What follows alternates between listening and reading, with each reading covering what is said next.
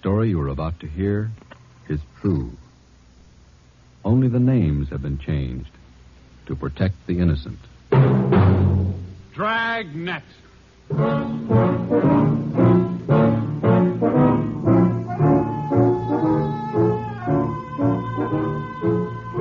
Dragnet, the documented drama of an actual crime, investigated and solved by the men who unrelentingly stand watch on the security of your home, your family, and your life.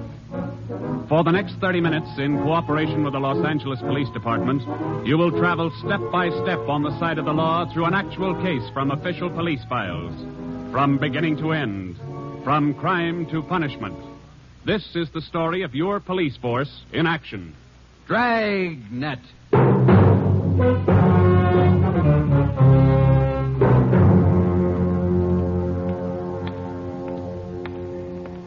It was Tuesday, March 25th. It was cold in Los Angeles. We were working the night watch out of homicide. Detectives in Los Angeles work in pairs. My partner's Ben Romero. He's a sergeant, so am I. My name's Friday. The boss is Ed Backstrand, chief of detectives.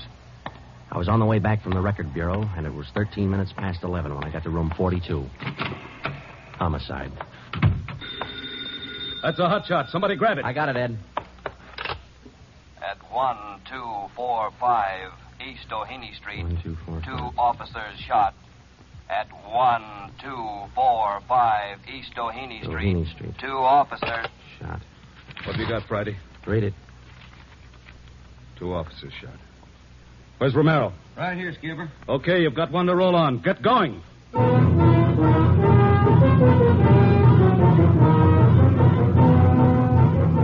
Both Ben and I knew where we were heading. We'd recognized the address. It was the Trapdoor Cafe, a joint in the south end of town that did business with a pretty rough crowd. 13 minutes later, we pulled up in front. 2 patrolmen had the crowd pretty well pushed back. There was a cruiser car in front of the cafe. The car door was open, and an officer was sprawled across the seat. He was conscious but weak, and one of his pant legs was pretty red. Hello, Sarge. Hi, how you doing?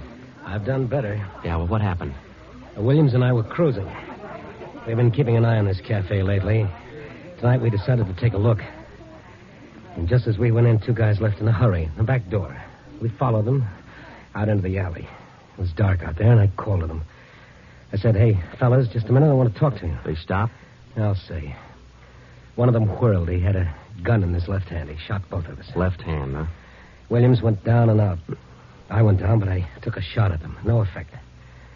Then I started crawling out here to the car so I could call in. You started crawling? Yeah. Wait a minute, Emerson. Weren't there any people around by that time? Yeah, quite a few ran out after the shots. You mean nobody would help you to the car? That's right. Did you get a good look at either of the gunmen? Well, one of them was tall. I think he was a redhead. There was something funny about his nose. That's all I saw. It's too dark out there. Williams was closer. I think he got a good look. Joe, the other officer, Williams. He's in pretty bad shape. Is he breathing? He's still alive, Emerson. I don't know how much time he's got. Ambulance? On the way. Okay, let's round up all the men who are in the cafe. We're taking them in.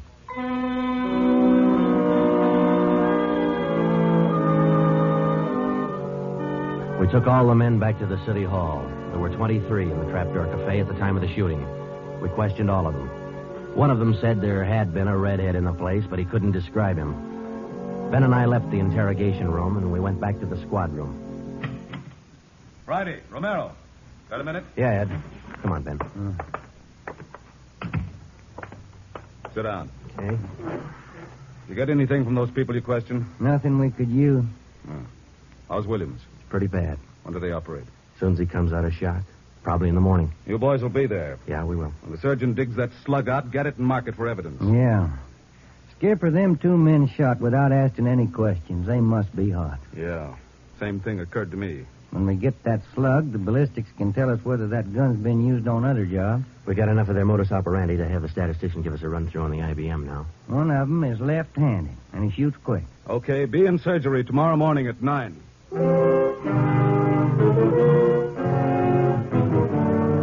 Neither Ben or I said much on the way home, but we were both thinking the same thing.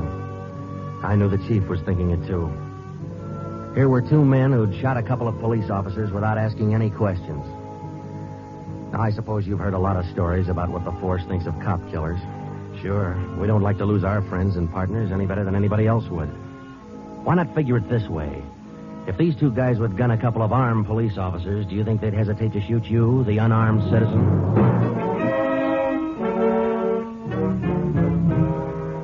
The next morning at 9 o'clock, Ben and I had scrubbed up and we were in surgery.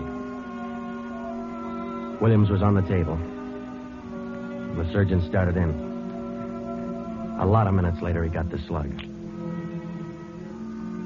As for Williams, they took out 7 feet of his intestine and said he might pull through.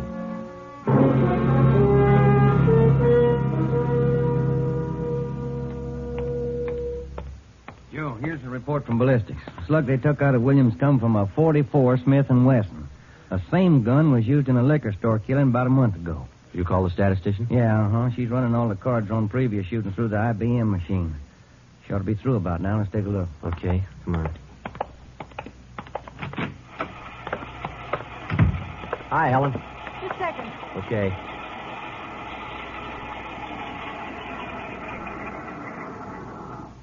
Well, that's it for it. These cards will give you all the shootings pulled by 2 men on foot who shot quick, one of them left-handed. Right. They're all yours. You sure can tell a lot from just a bunch of little holes in these cards, can't you? I can't, but this IBM machine can. It never ceases to amaze me. Okay, shall we check the cards, huh? Yeah, sure.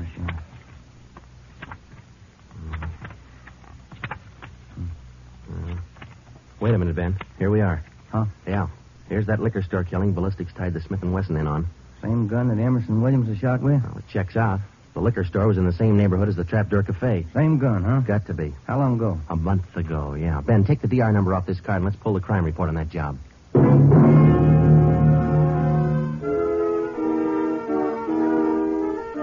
We pulled the crime report out of the files. It said that there was only one witness to that liquor store killing a month ago. That witness was a woman. Miss Forbes, I'm sorry to disturb you like this, but we'd like to ask some questions about that liquor store killing you witnessed a little over a month ago. Well, I told the police everything I knew about it then. Yeah, we know, but maybe you wouldn't mind telling us again, huh? Oh. No, I guess not. I've been trying to forget it, to tell the truth. It was pretty terrible, and I really didn't see so very much because I was awful scared. I understand. But try to describe again just what happened, will you? Well, it was about 10 o'clock at night.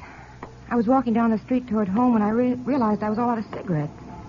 Well, I was right in front of the liquor store then, so I went in. The clerk was behind the counter, and there were 2 men standing there arguing. What's the idea of changing your mind? I thought we was going to get bourbon. No, let's get the wine. I want bourbon. Costs too much. Wine's good enough. The rest of them want bourbon, too. We better talk to them. Well, okay. We'll be back when we make up our mind, mister. 2 men walked out of the store, and the clerk smiled at me and shrugged his shoulders. I bought a pack of cigarettes and turned to leave. But just then the 2 men came back in again, and each of them had a gun in his hand. There's a stick up, mister. The clerk just sort of crumpled to the floor. I couldn't believe my eyes, but that's just how it happened. The men said this is a stick-up, and then they shot him right away. Get over against the wall, lady, or you'll get the same. One of them punched the no sale on the cash register. I was shaking so I almost caved in. He scooped the money out of the drawer and stuffed it into his pocket. And then the other one went over to where the liquor clerk was lying face down. He knelt down beside the clerk and he put his gun against the clerk's spine. Then they both ran out of the store. It was terrible. That clerk, he was lying there helpless and wounded, and they deliberately... Yeah, Miss Forbes, I understand. Oh, Miss Forbes, you said that both of the men had guns. Yes. One of the guns was black, and the other was sort of fancy looking. What do you mean, Miss Forbes? Well, it was real shiny. Nickel-plated? I wouldn't know about that, but it was shiny. There were 2 guns, huh? Yes. Well, now about the men themselves. Well, I was so scared their faces just didn't register with me. The one who shot the clerk in the back was sort of stocky. That's about the best I can do. Well, you mentioned in the report that one of the men was left-handed. Yes, I do remember that. Uh-huh. Look, Miss Forbes, this is very important to us. One of the men was a redhead?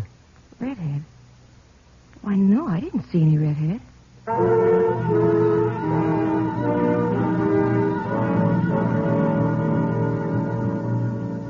Skipper, me and Joe's run right smack into a stone wall on this thing. What's the complication? Well, there's more than one, Ed. In the first place, we know that the .44 Smith & Wesson was used in both shootings. But the descriptions of the men involved don't check. Police officer Emerson said he thought the man that shot him and Williams outside the Trapdoor Cafe was a tall, left-handed redhead. Said there's something funny about his nose. You think Williams got a better look at him? Well, probably did, but Williams isn't strong enough to talk yet. And a girl that witnessed the liquor store killing a month ago said that one of those men was left-handed. But she said neither of them was a redhead. And on top of all that, now we've got 2 guns to worry about. The girl mentioned 2 guns, so we checked the autopsy report on that liquor clerk. And, Ed, the bullet that actually killed him came from a .32-20, not a .44 Smith & Wesson. That fact didn't get any publicity at the time, did it? No, it didn't. Okay. We won't give it any publicity now either. We'll allow down it's just the .44 Smith & Wesson we're after. Because if whoever owns the .32-20 finds out it's hot, we'll never get it. Anything else? Well, we sent teletypes to all outlying stations in neighboring cities. Told them if they get any red-headed suspects, no matter what charge they got them on, to hold them for questioning. Yeah. Now, how about this .32-20, the actual murder weapon? Any leads on it? We've got one, Ed. We've been checking the records, and we discovered that 4 hours after the liquor store killing, a taxi driver in the neighborhood was shot and robbed. Slug was pretty well mashed, but there was enough to tell it was from a .32-20. So we're going over to question the taxi driver now. Good. Well, I think you boys are on the right trail. So far, what we've got is mostly unrelated facts, but sooner or later, those facts have all got to tie in at some point along the line. Find that point. Yeah,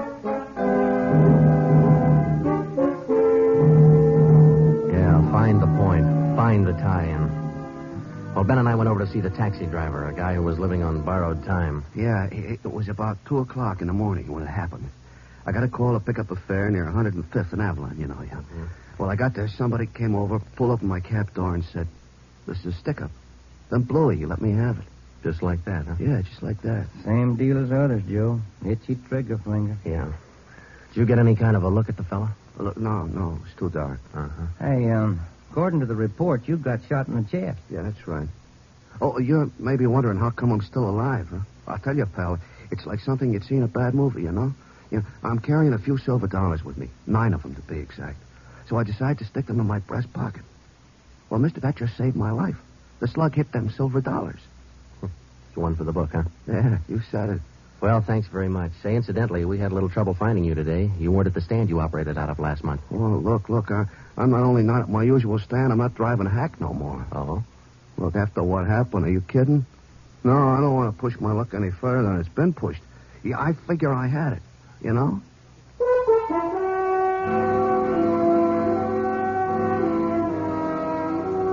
And about that time, Ben and I were beginning to figure we'd had it. We were getting nowhere fast.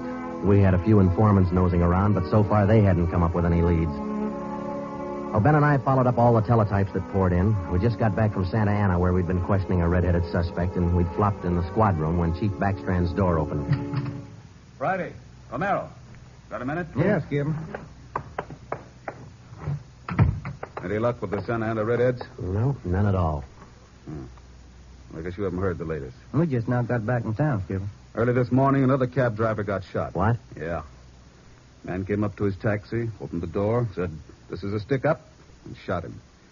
Well, it went through one leg and into the other, but the driver managed to start his cab and drove over to a cafe. He called in from there. Boys recovered the slug? Yeah. It came from the same .44 Smith & Wesson that was used in the other 2 jobs. The cab driver get a look at the gunman? Yeah, briefly. Was it the redhead? No. Oh, the stocky guy. He wasn't red-headed and he wasn't stocky. That's all the driver knows. Well, that's great.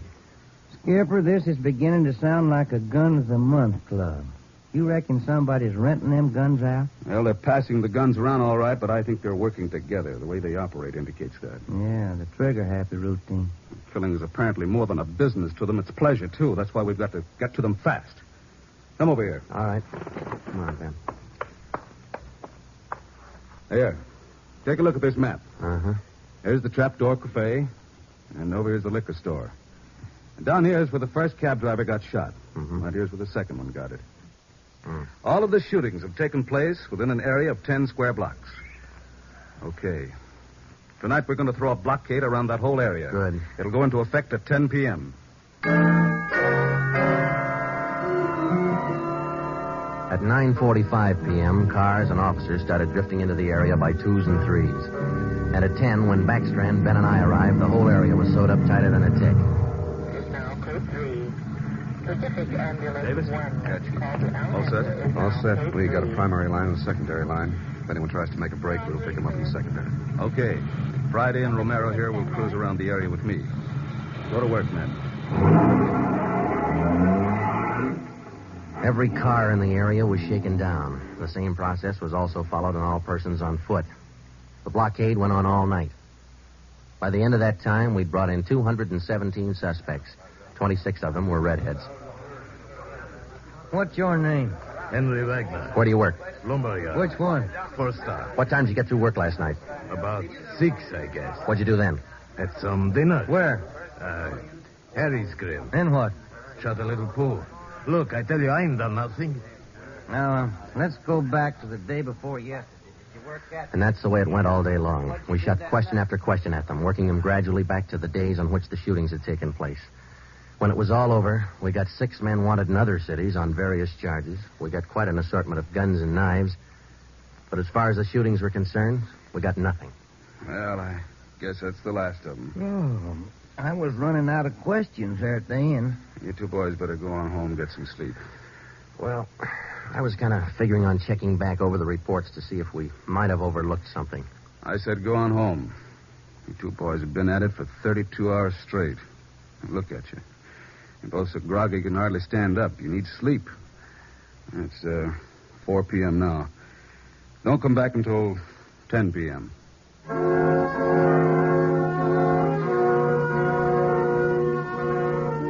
When I walked into the squad room at 10, Ben was already there. An informant had just phoned in a new lead. He told Ben he'd heard about a gang that had been hanging out down around the DeVere bungalow court in the south end of town. We knew that the DeVere was close to the Trapdoor Cafe, so we went over to talk to the manager. Joe, I've been meaning to ask you. You checked on how Williams is getting along? Yeah, I did. I called the hospital this afternoon. It's going to be all right. Oh, that's fine. Well, here we are. Yeah, manager's office. Still got a light on. Yeah? I'm Sergeant Friday, police. This is Sergeant Romero. Yeah? We'd like a little information. Why, sure. Come in. Thank you. What can I do for you? Well, did you hear anything about a gang that hangs out down around here anywhere? Gang? Why, no. How about your tenants here? Any of them ever been in trouble, to your knowledge? No. This ain't exactly the best neighborhood in town, but we try to keep things under control. Once in a while, one of them will get out of line, but when that happens, we heave them out of here. You heaved anybody out lately? Yeah, I did. Fellow and his wife a few weeks ago. They had a fight in one of the bungalows. She took a shot at him, but she missed. Party by the name of Stuba, Carl Stuba. What did this Stuba look like? Oh, sort of tall, skinny. Was he a redhead? No. Now, we'd like to take a look at that bungalow that he lived in. Sure. Help yourselves. Down the end there, number 5. Still vacant.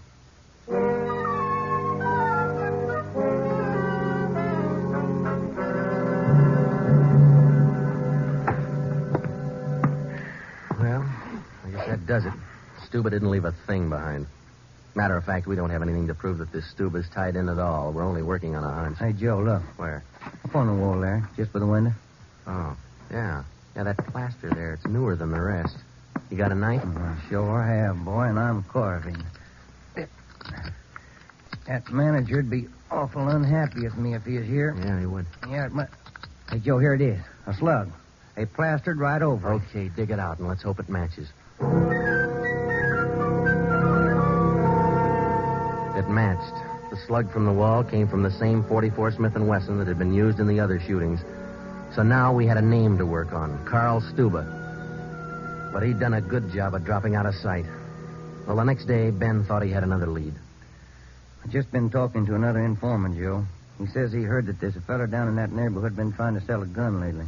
What kind of a gun? Nickel-plated with steer horn handles.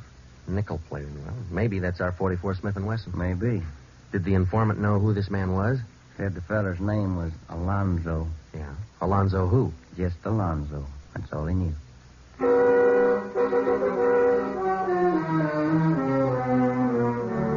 So now we had 2 names, Stuba and Alonzo, but no men to go with them.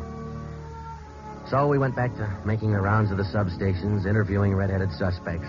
We took a few of them to Williams, who was home from the hospital by now, but he couldn't identify any of them as the man who shot him. Still, we kept checking. Finally, we got around to the 77th Street station. We questioned the suspects they were holding there, and we just started to leave when one of the officers called us. Hey, Sarge, we're holding somebody else you might want to look at. Redhead? No. What's the charge? Suspicion of burglary. Small job. Oh, I don't know. What do you think, Ben? What's special about him? He lives in the same neighborhood where those shootings took place.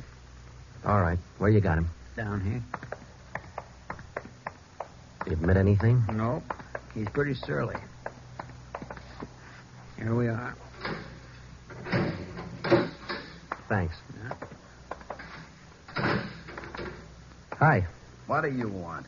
I'm Sergeant Friday. This is Sergeant Romero. We'd like to ask you a few questions. Look, I already told the other cops all I know. I didn't steal no radio from that jerk. What's your name? We've been through all that once. Come on, what's your name? Jackson. Alonzo Jackson. Alonzo. I looked at Ben, and Ben looked at me. This could be the Alonzo who'd been trying to peddle that Smith & Wesson. Ben and I both knew here was one suspect we'd have to be real careful with. Alonzo, according to the records, this burglary you're suspected of took place on the night of the 27th. Look, how many times do I have to tell you guys they didn't have anything to do with it? You got an alibi for that night? Sure, I got an alibi. I was out with a couple of friends, I can tell you. What's your friends' names, Alonzo? One of them's Crandall, the other Stuber. Stuber, the guy who used to live in the bungalow court. Well, we told Alonzo he'd have to produce his two friends to give him an alibi for the burglary charge, and he bit. He went with us, and he pointed out where Stuber was living now. No wonder we hadn't been able to find him. There was a little shack at the back of a lot behind two houses. We thought it was a chicken coop at first. We took Alonzo back to the station, then we picked up Stuber. He was surprised to see us and not very happy. We took him in. Next, Alonzo gave us Crandall's address.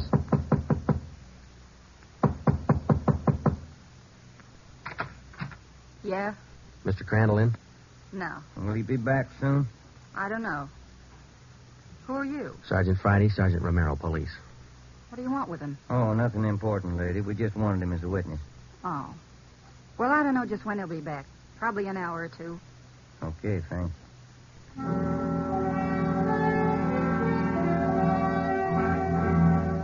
We went down the street away, and we staked out in the car. We sat there for about 5 hours, and then Ben nudged me in the ribs. Hey, Joe. Huh? Joe, take a look. Coming along the sidewalk. Yeah. And he's got red hair. Come on. Crandall. Huh? Your name Crandall? Who are you? Friday Romero, police. Police? What do you want with me? I haven't done nothing. Well, then you got nothing in the world to worry about. Come on.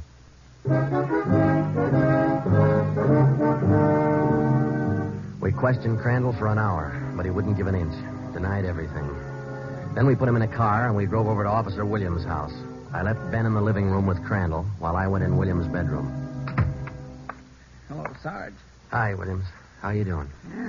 A little better, I think. That's fine. Look, we've got another redhead outside. Bring him in. Okay. All right, Crandall, come on in here. Who's in there? Why'd you bring me over here? Come on in here.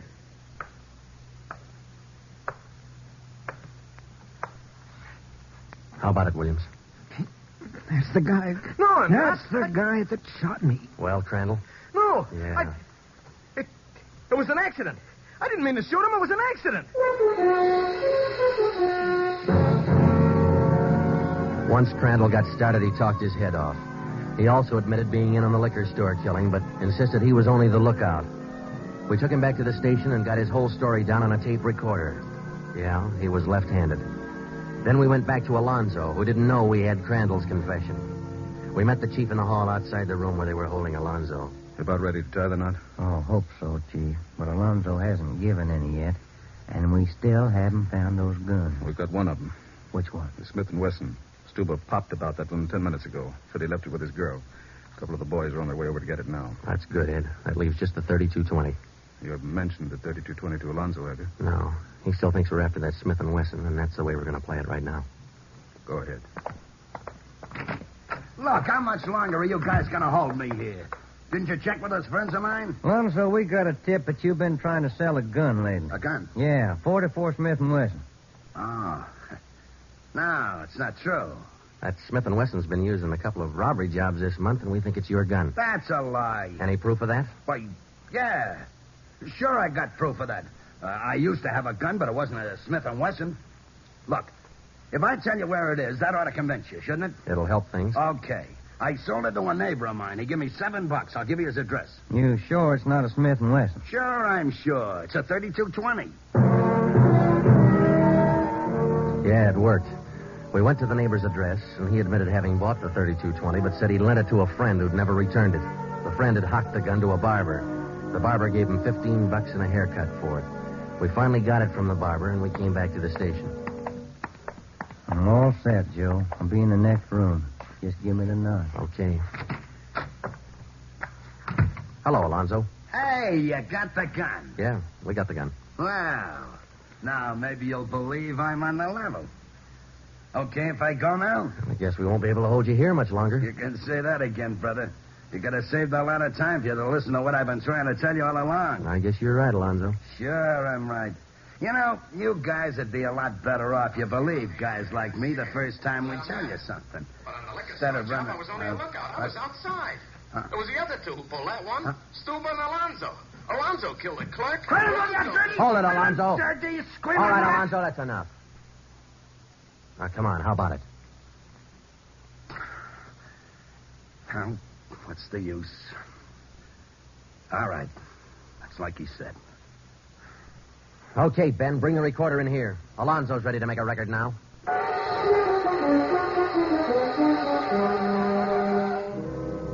By playing back Crandall's statement that we'd recorded earlier, we got a full confession from Alonzo. We took the three of them out and had them reenact the 4 shootings, and we photographed it on sound film. Crandall, the redhead, was the one who'd shot the 2 police officers, but he was only the lookout for the liquor store killing, which explains why the girl witness didn't see him in the store. Stuba and Alonzo were the ones who pulled that job. And Alonzo, the worst of the bunch, was the one who put the 3220 against the spine of the wounded clerk. The 3 of them took turns at shooting the cab drivers and robbing them. That accounted for the mixed-up descriptions, including all that left-handed business. 2 of the 3 suspects happened to be left-handed. Well, that was the crop. Crandall, Alonzo, Stuba. 4 shootings, 3 robberies, 4 attempted murders, 1 murder. The 3 men were tried and convicted. They're all in the state penitentiary. Crandall's there for life. Alonzo and Stuba, they'll be executed next week. File it, will you, Ben?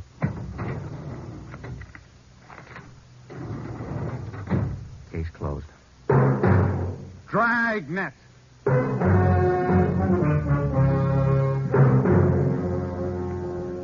The story you have just heard was true. Only the names were changed to protect the innocent.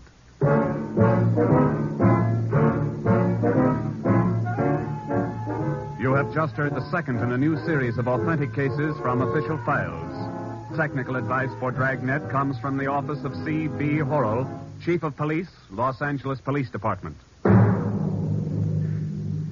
Tonight's program is dedicated to Radio Officer Delmer E. Cook of the Los Angeles Police Department, who, on the afternoon of December 6, 1948, gave his life so that yours might be more secure. Dragnet came to you from Los Angeles. This is NBC, the national broadcasting company.